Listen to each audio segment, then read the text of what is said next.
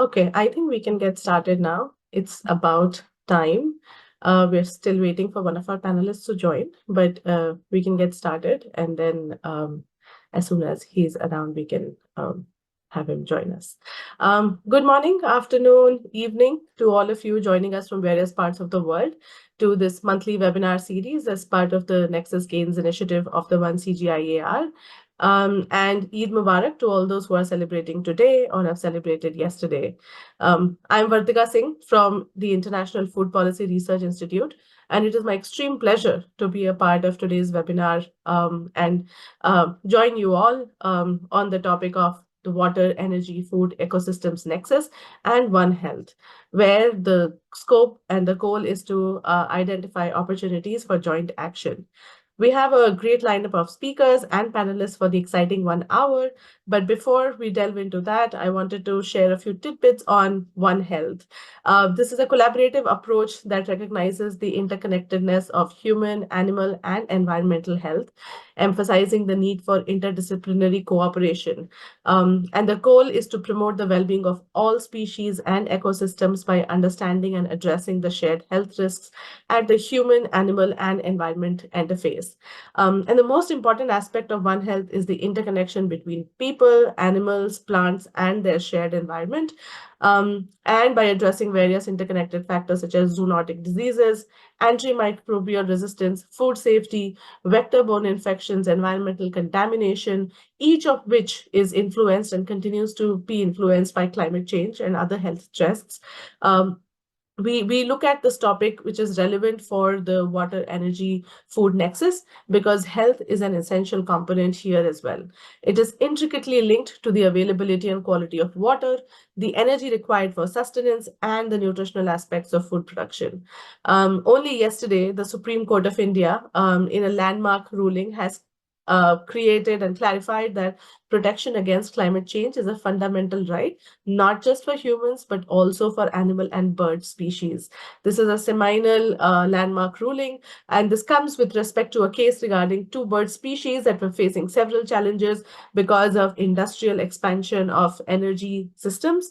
And these species were facing challenges of pollution, climate change, predators, and other invasive species as well.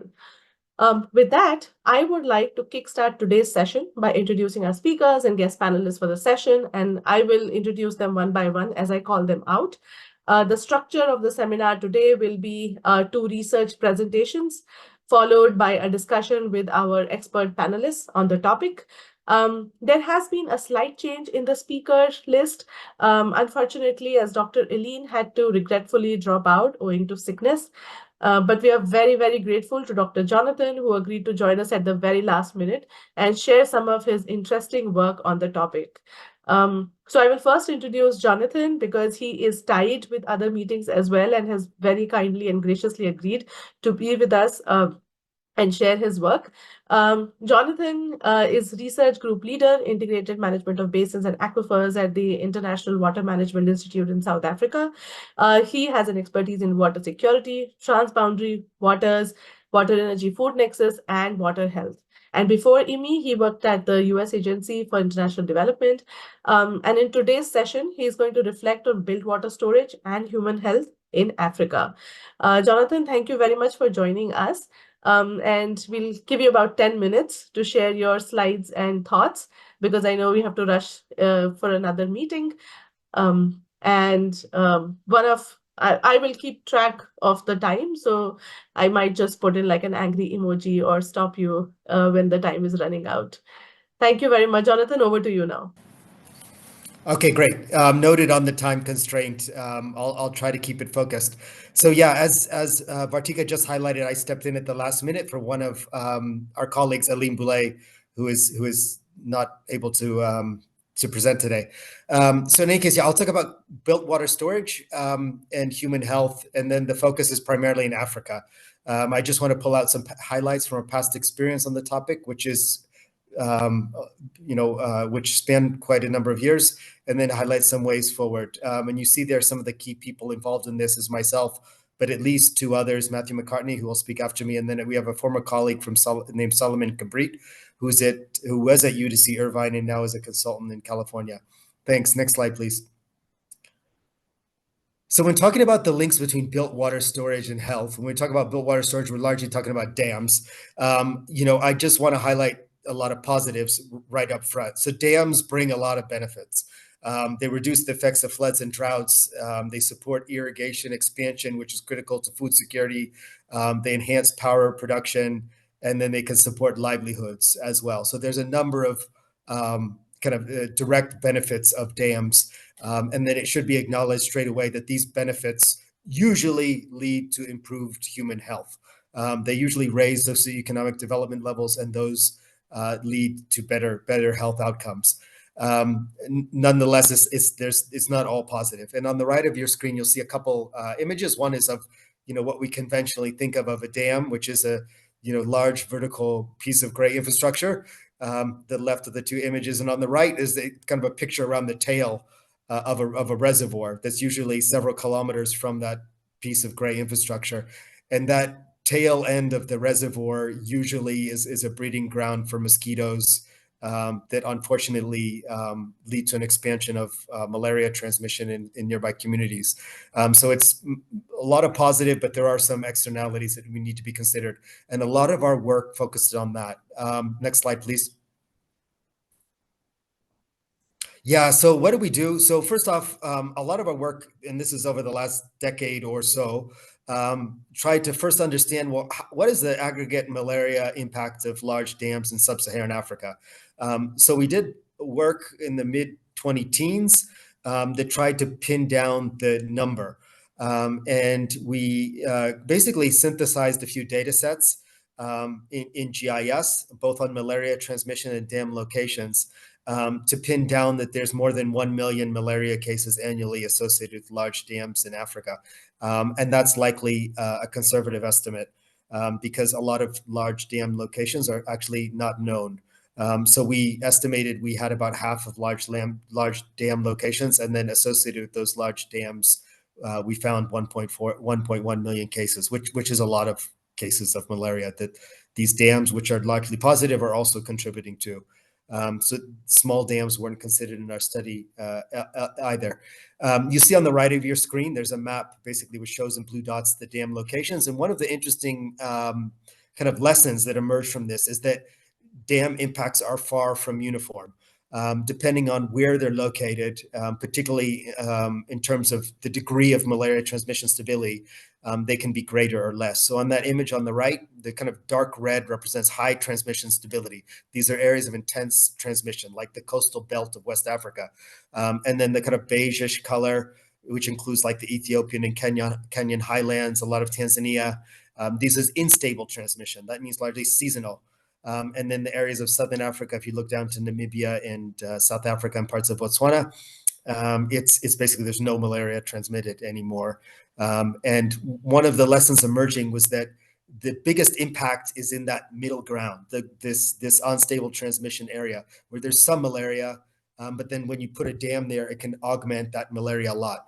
Where there was already a lot of malaria, like the coastal belt of West Africa, it appeared that since there's already a high level, adding a dam didn't actually add that much more. Impacts were often insignificant. And then where there was no malaria, like in southern South Africa, you put a dam, you're not going to create malaria from nothing. So a lot of malaria, but there's some detail there that was quite interesting to work out. Next slide, please. So that was the previous slide was the impact of the 20 teens. So obviously you can't say anything these days without acknowledging climate change, which is fair and valid. So as you look forward and you try to start to consider that those transmission zones I just identified, which are a function of things like temperature and rainfall, they're going to change. So as you look to the future, those in certain regions rainfall will increase, others decrease, temperature will pretty much increase in most regions, and that will lead to changes in transmission stability, which will lead to changes in the degree to which a dam can increase or change the level of malaria. And then equally, there's population growth and other things. So that first number we came up with in the mid-teens, mid-20 teens, around just over 1 million cases a year, that'll increase as you look forward to nearing 3 million by the end of this century, 3 million cases a year associated with large dams. Next slide, please. Yeah, so what are the headlines? So as I just said, million cases a year now, or a few years ago, by the end of the century, 2 to 3 million cases. These are likely quite conservative estimates, but then kind of a little bit beneath the surface there, there's variation. So that's kind of a kind of a sneaky headline that impacts of dams are not, it's not a simple story, it's a complex one. And that certain dams lead to higher levels of malaria, or relatively higher. Others are higher, but relatively lower in a way. So then what are some of the factors that explains this variation? So just quickly on the right, you see two dams, which we looked at in Ethiopia. They're similar. They're both in the same basin, Awash Basin. And then on the vertical or y-axis, there's basically the incidence of malaria. And then on the x-axis, there's distance from a reservoir shoreline. So you see basically one one has relatively higher malaria than the other. Just a simple depiction of this variation in transmission levels that are not uniform. So to dig into this, what explains it? Next slide, please. Yeah, so first off is that point I highlighted earlier around this transmission stability area, that where malaria is already high, the impacts of dams appear relatively less. It's that middle ground is one key factor driving variation. And water levels, slope is another one, that when you dig down into the slope around reservoir perimeters, shallower slope leads to more malaria, and then rather than steeper slope. And then the way a reservoir managed was another thing that emerged from our work, that basically drawdown levels or dam operations is additional factor. And then economic development. So basically more robust housing can provide better insulation for malaria, and then economic development. Next slide, please. Yeah, so slope, just as I said, I'll try to just basically skip over this. We did a decent amount of analysis to confirm the point I just made, that shallower slope produces more malaria than steeper slope around the reservoir perimeter. The image there just shows that's actually from the Koka Reservoir in Ethiopia, just one area of perimeter. Just it looks flat, but it is kind of gently declining, or it does have a gentle slope, but it's just very ripe breeding ground for mosquitoes, Anopheles, that transmit malaria. Next slide, please. Yeah, and then basically water levels. So another kind of interesting finding that emerges: faster drawdown leads to less time for mosquito larvae to develop, and then less time for them to flip and to become adult mosquitoes and to transmit malaria. So one of the key findings we found was that if you draw down reservoir levels more rapidly, you'll have a lower abundance of adult mosquitoes and then lower malaria. That emerged from one focused investigation around one dam in Ethiopia, the Koka again. Next slide, please. Yeah, and then what you can do, I think and this is probably the most powerful lesson that hopefully you take away from this presentation, is this variation presents opportunities for management. So basically, when you think of a river basin, and that's one actually that's there on the right, that's not uncommon. In the upper reaches of the river basin, given the higher elevations, you actually have less to no malaria. And then as which is on the left of that image, and then as you work your way downstream to the base or the outlet, it's the elevation declines, and it's higher temperatures, more rainfall, more malaria. And so then you could factor this into river basin development planning to think, well, when you put dams in different stability zones that are associated with different places in a basin, they're going to trigger different levels of malaria. And just as you're thinking about other kind of conventional benefits of dam construction, in like irrigation and hydropower, you can equally juxtapose some of the malaria impacts associated with that based on the stability zone in which they're going to be located. You can also do feasibility studies to look at slope around reservoir. And so these things can be factored into planning. Next slide, please. Management as well. I just mentioned earlier, one of the key findings was that more rapid drawdown can lead to lower abundance of Anopheles and then less malaria.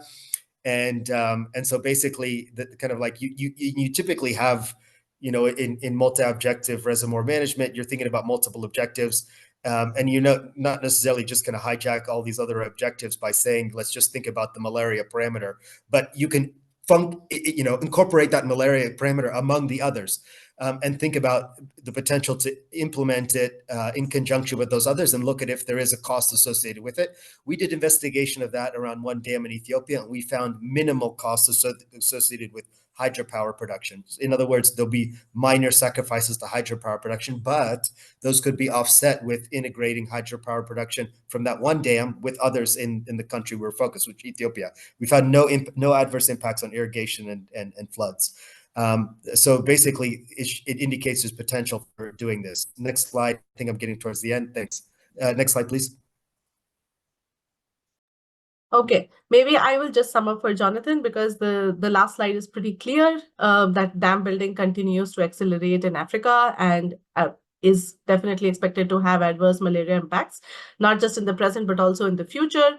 There are re-emerging set of tools that the water community can use to reduce disease burden, in particular planning river basins. And something that I was also noting down is other exogenous factors that might be relevant in like populations that surround these river basins and dams, and perhaps other mechanisms or policy measures that can be adopted to look at river basin development planning, not just in isolation and not just from the hydrological perspective, but also from the communities that depend on these perspective. With that, we can end Jonathan's talk, and I hope he can join us later. For all our participants, there is a Q&A box that is open. And if you have any questions, please feel free to put in the Q&A box. I will be monitoring that, and we can take the questions towards the end of the session today. But yes, feel free to put in your questions during the talk or afterwards, completely up to you. We will now move on to the second speaker, Dr. Matthew McCartney. He's Research Group Leader of Sustainable Water Infrastructure and Ecosystems, and he's also leading the NEXUS Gains initiative of the One CGIAR.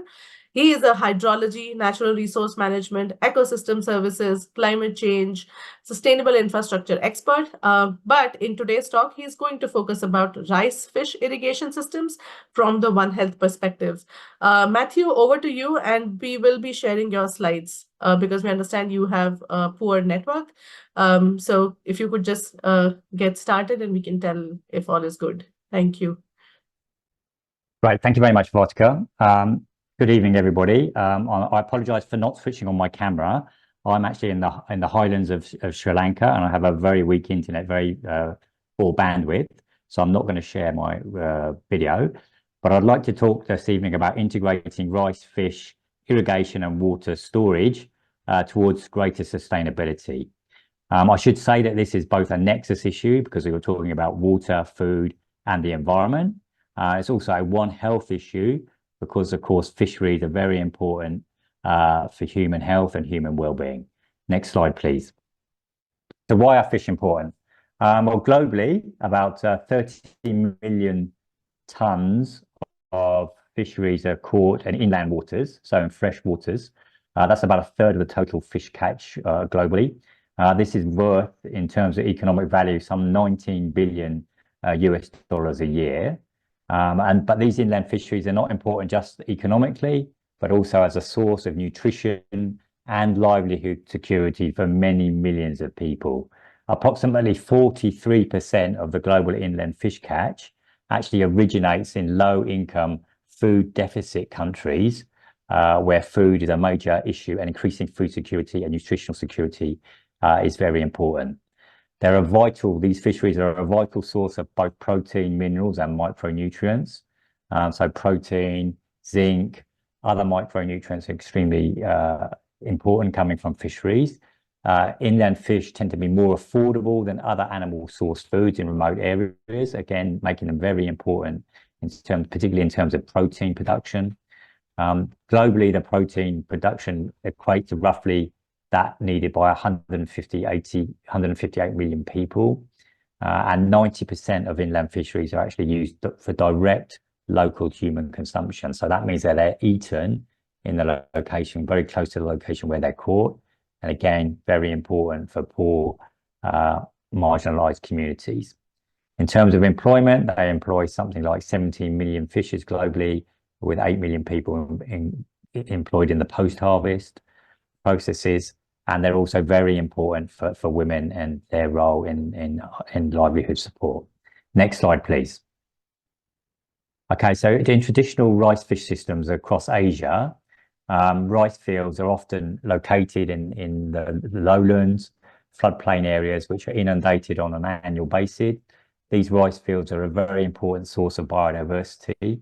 In Laos, it was estimated that some 230 species of fish, insects, crustaceans, mollusks, reptiles, amphibians, as well as other plants, grow within paddy systems. And these food sources, and many of these species are actually used by local communities to supplement their diets. And they're incredibly, because they support the nutritional value of diets, that makes them very important. In Laos, it has been estimated that these traditional rice systems produce something like 60 to 125 kilograms of these non-rice species. And that is a vital food source for the communities in these traditional systems. The important things is that in these traditional systems, there's very low agrochemical input, and that means that the biodiversity can flourish. Next slide, please. Okay, and then the next thing is, why is irrigation important?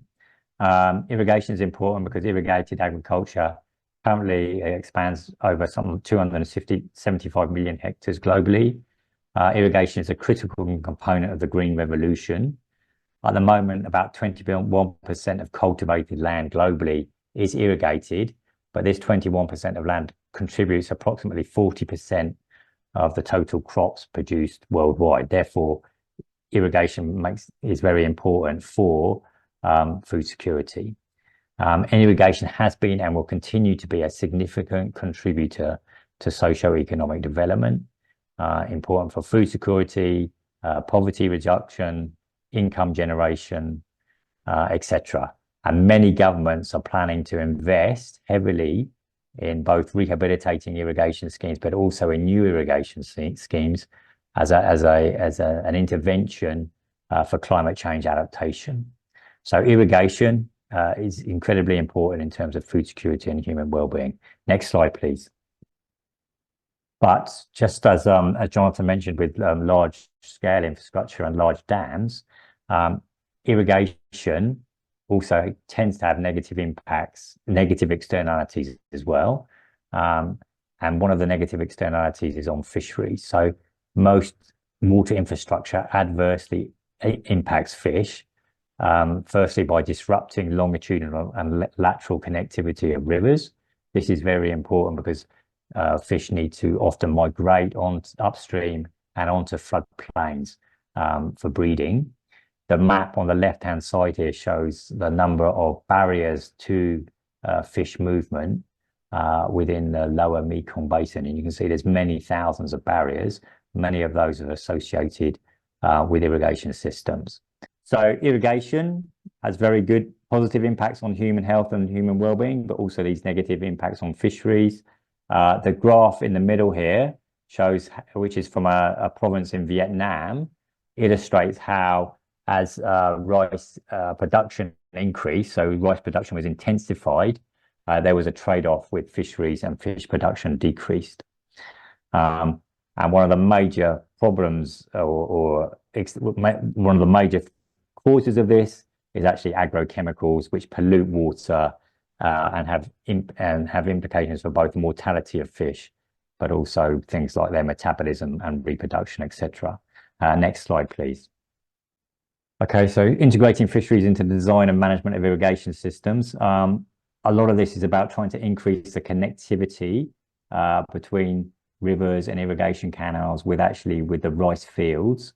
The objective is obviously to increase food and nutritional security of local communities, increase water productivity. So by having systems which both produce rice and fish, increases the water productivity.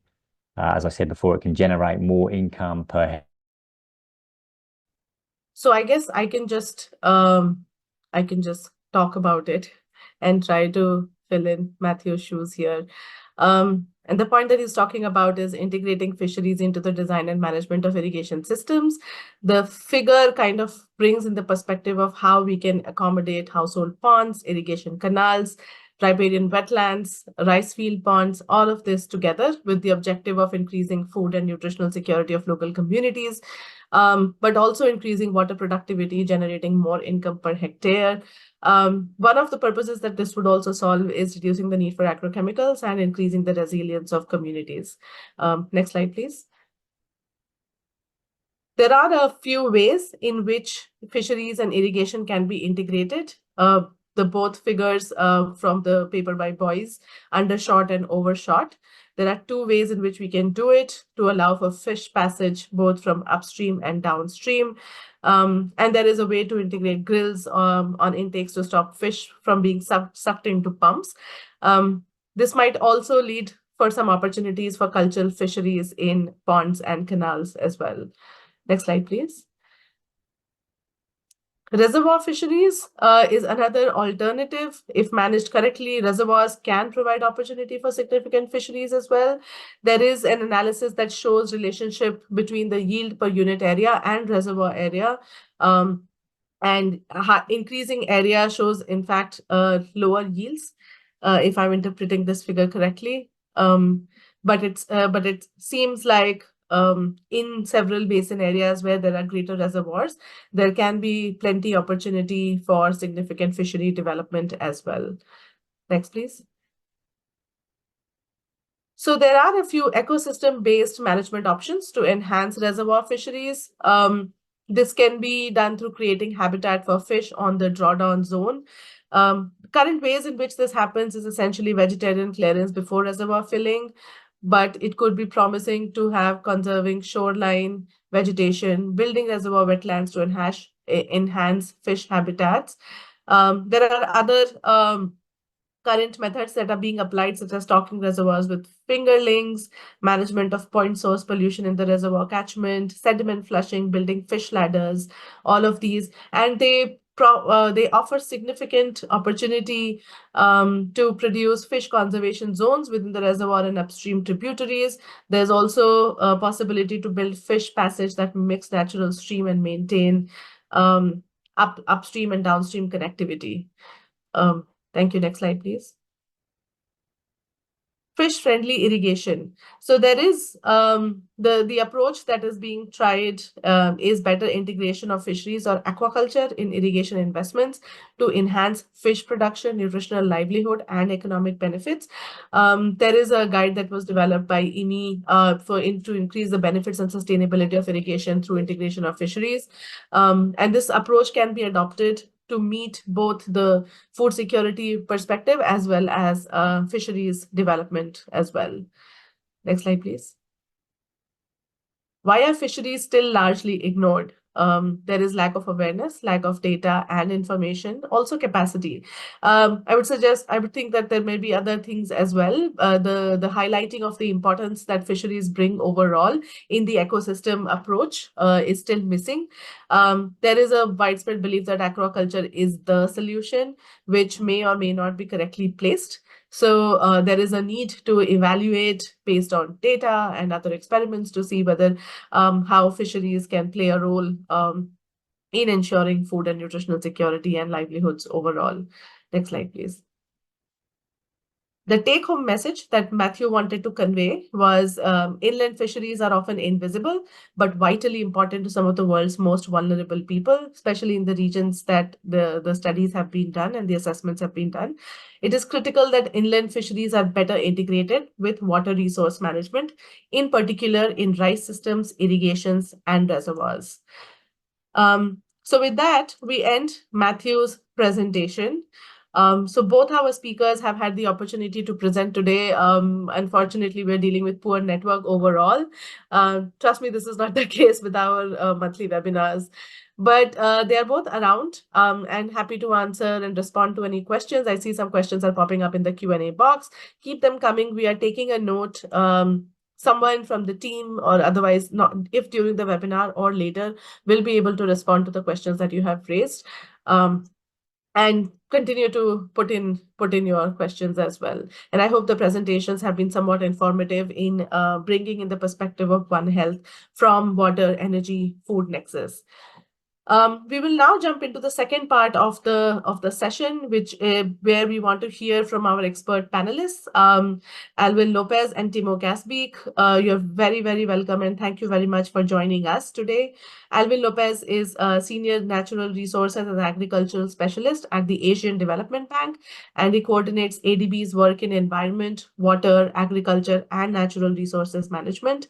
Alvin, thank you very much. And I will also welcome welcome our second panelist, Timo Gasbeek, who works as Senior Policy Officer in the Food Security Division at Netherlands Ministry of Foreign Affairs. His focus is on food security, integrated water research management, conflict management, climate change and variability, and is also considered a water expert. Thank you both for joining. While we have several questions for you, what I'd like essentially for you to begin one by one, maybe Alvin first, is to share your perspective and reflections from the presentations from our speakers. And if you have evidence from some of the work that you have done, challenges with interdisciplinary funding and data collection, because as you have already seen, we are looking at dams, we are looking at fisheries, we're looking at irrigation, and Alvin, especially your background in Southeast Asia, where reliance on fisheries is very much for food security. There's high reliance on that. So if you could first perhaps share your thoughts, and then we can also hear from Timo. Thank you, Alvin. Thanks a lot, Vartika. Am I coming loud and clear? Absolutely. I hope I don't have any network connection problems. And thank you, everybody who's on the session as well and joining. I would spend less time on Jonathan's, but just 2 points to reflect on, and more time on Matthew's presentation. It's a region where I'm familiar with, and also the issues. I think on Jonathan's presentations on built dam and also human health, that's very interesting, the statistics there in relationship with malaria. And one of the key points he also stressed was, I think, the projections and the impact of climate change as well. But he also had in his slide, which he didn't really mention, I think, that depending on the RCP. And I think currently we are on the trajectory, which is almost probably on 8.5 already. So I was also curious whether there was also sufficient analytics done behind projections or any modeling behind these different projected RCPs, and whether the impact would be positive or negative in that sense, if it's a heat, especially now with the massive heat waves that's happening all over the place. And curious how these current trends and where we're heading would have, or whether it's a positive or negative impact on this, and whether larvae could actually survive the heat that's actually happening in some of the areas. Just curious. So in terms of the dam management and river basin planning, as well as some of the interventions, I just wanted to also, from my side, again, with the lack of experience in Africa, I was just curious whether this similar issue with regards to malaria as well is a major issue over here in Southeast Asia, and if you could reflect also a few on some of the points related to that. Moving on to Jonathan's, Matthew's presentation as well, I think I'll just take on that, start from that last slide. You pointed on the challenges, and I think it is much more than that in terms of lack of awareness, lack of capacity, and consolidated lack of not considered economically important. I think from where we've been talking about this for a long time already. I think this whole issue about integrating fisheries into irrigation and rice fish systems it's been on the card for a long time. Its contribution to nutrition, One Health aspect, is also increasingly important, and it's increasing from an ADB again perspective. Development Bank, which invests a lot on irrigation infrastructure. I've been asking this question for the past 5-6 years already, in terms of how can we plan and develop systems better? How can we plan the infrastructure to integrate all these different dimensions with regards to water and ecosystem and water resources management? Some of the questions, if I think Matthew also put a slide on in the Mekong region, and also Cambodia and the Tonle Sap floodplains, and pointing out where all these structures are and this whole. But a question that I've been asking also for the past 3 years, we all know that it's not just the irrigation infrastructure, but also the flood pulses, which is on the Mekong itself, which is affecting the fish and the fisheries productivity. But the question is, we don't need to limit ourselves to planning or designing fish process in future infrastructure. But the question is, where are the key areas that are going to be affected most, in terms of which are the most productive areas on the floodplains of the Tonle Sap, for example? Where can we say that were the areas that need retrofitting in terms of infrastructure to allow increase in fish productivity in the systems. I think, but I'm not getting the answers. I think, again, we need to talk. We've been talking about it, but it's the expert institutions around us that we need to really work together and give me these answers so we can, as a development bank, I can put this together and put this. It's a high priority for the government and they've committed in many places. But again, without this data, it's not awareness. The awareness is there. Without this sort of solid data from expert institutes, organizations, it's a bit difficult to move forward on these issues as well.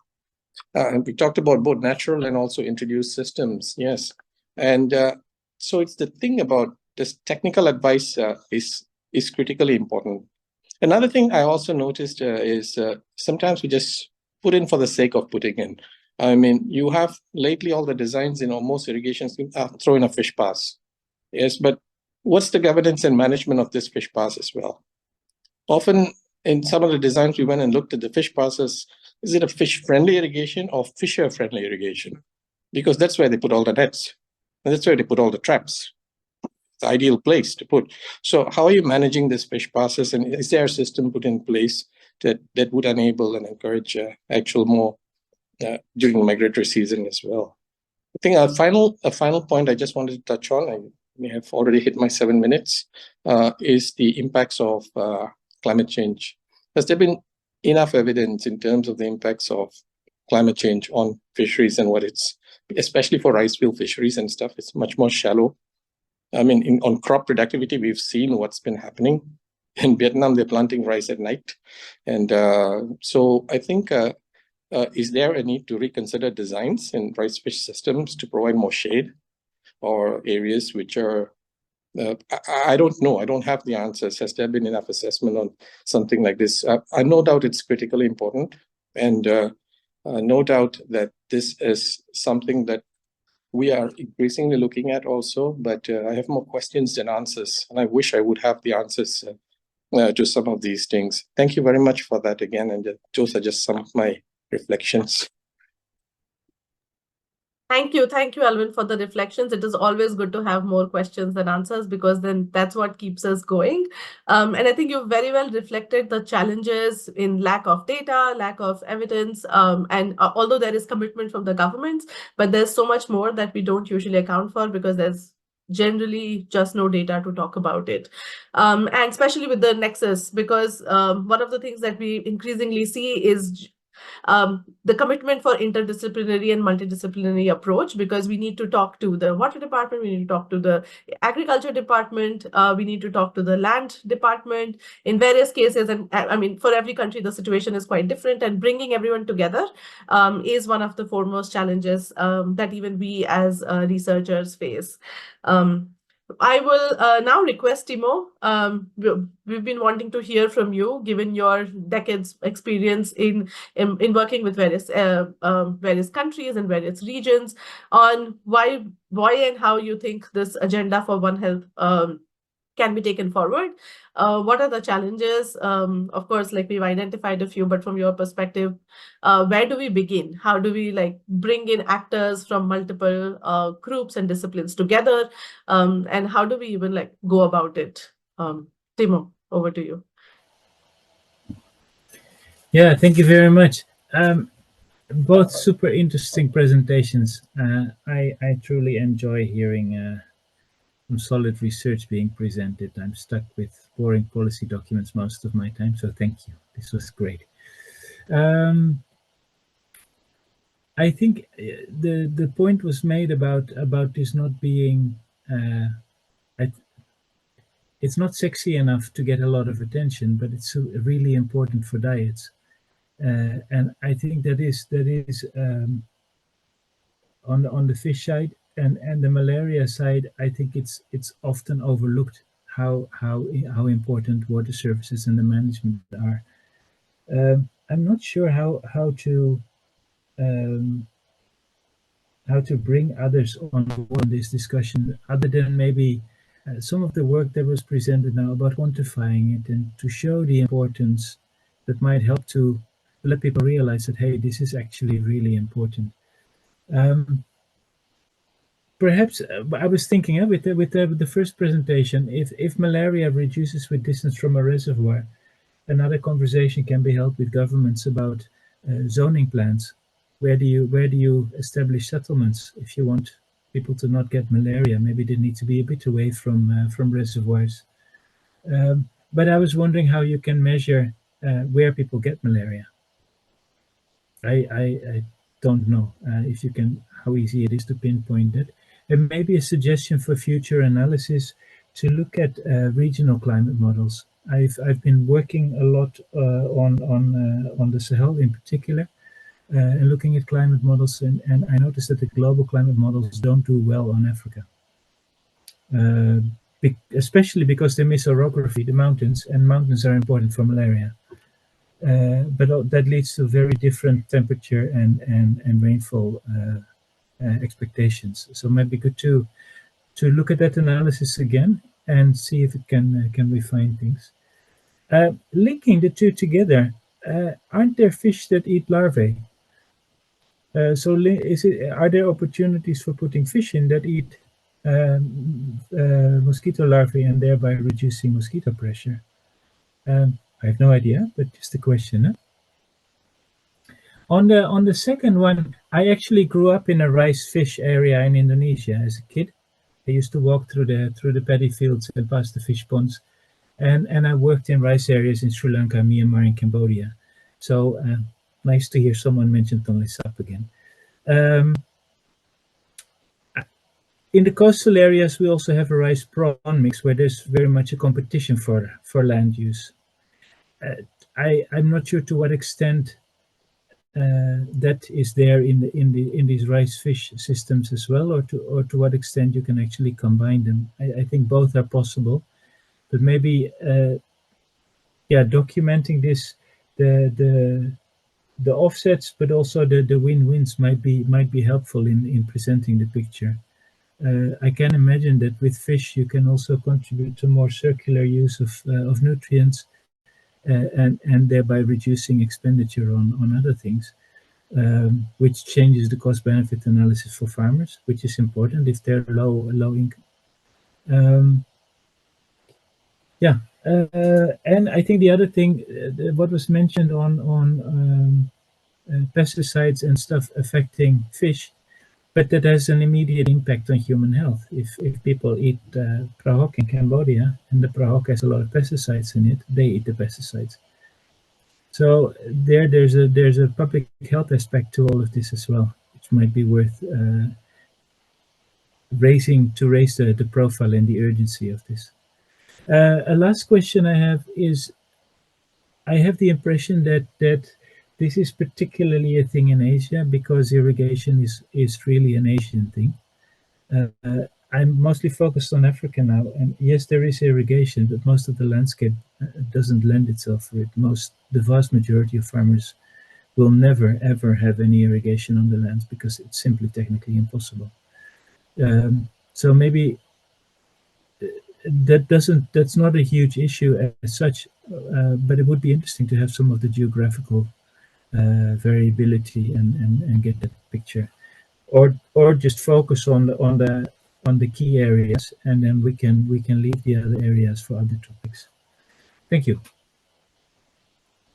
Thank you, Timo. I think the one important point that you made overall is going more local and adapting more regional approaches, be it whether it comes to modeling, whether it comes to using data, but also from the perspectives that we look at, if we want to look at irrigation mechanisms, we cannot apply the same principles from Africa to Southeast Asia and otherwise, which is a very important factor that even we consider in our work.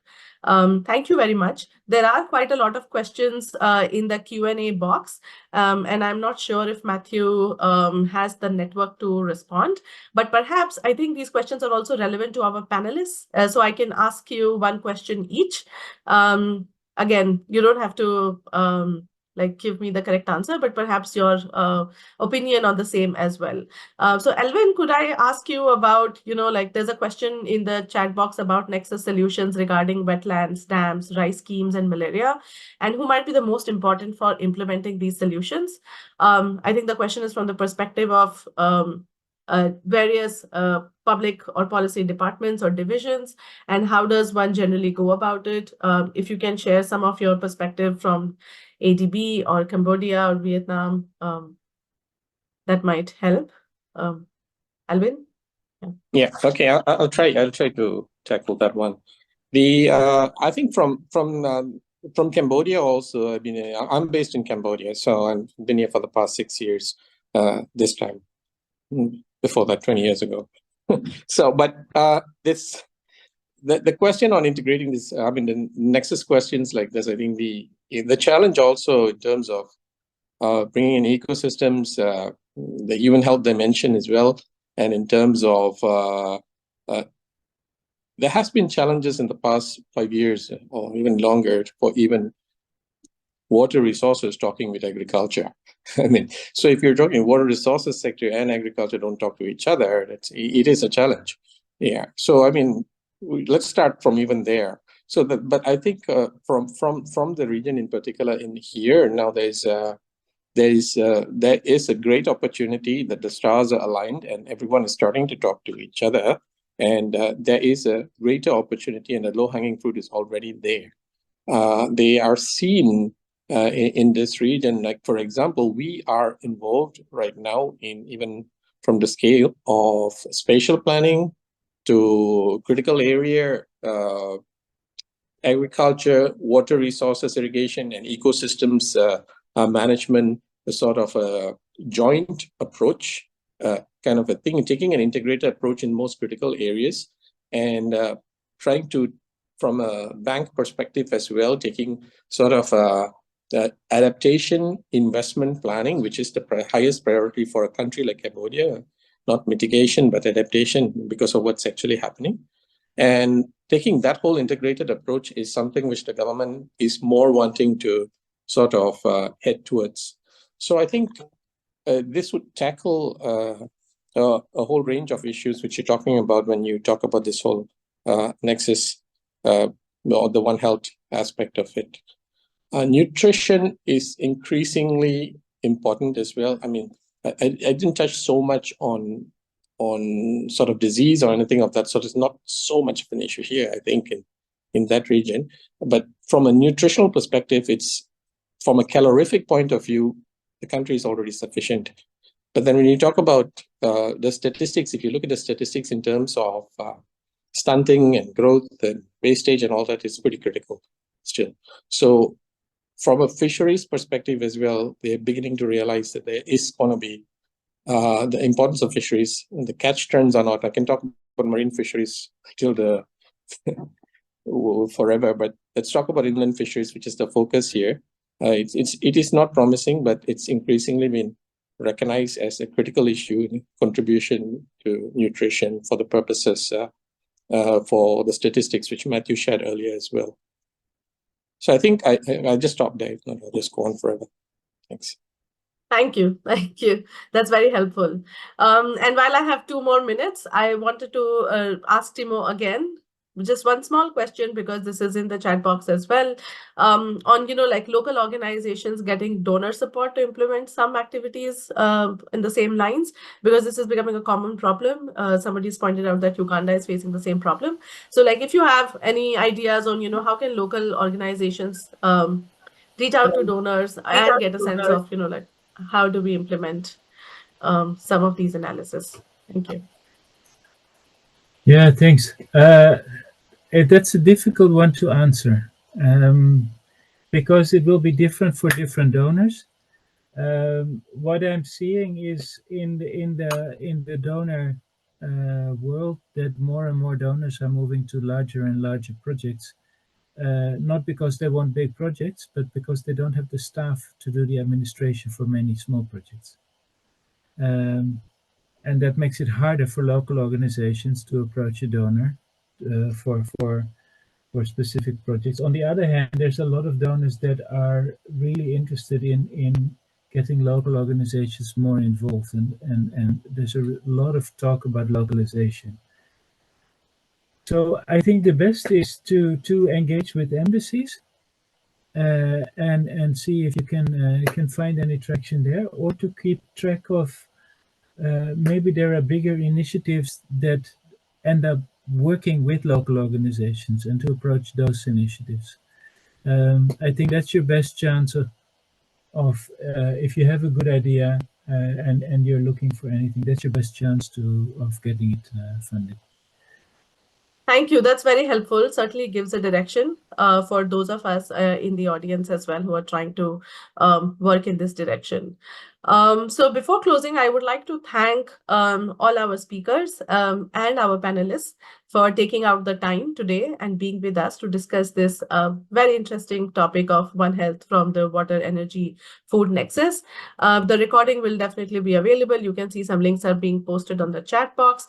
But before we end, I wanted to highlight our next webinar for next month.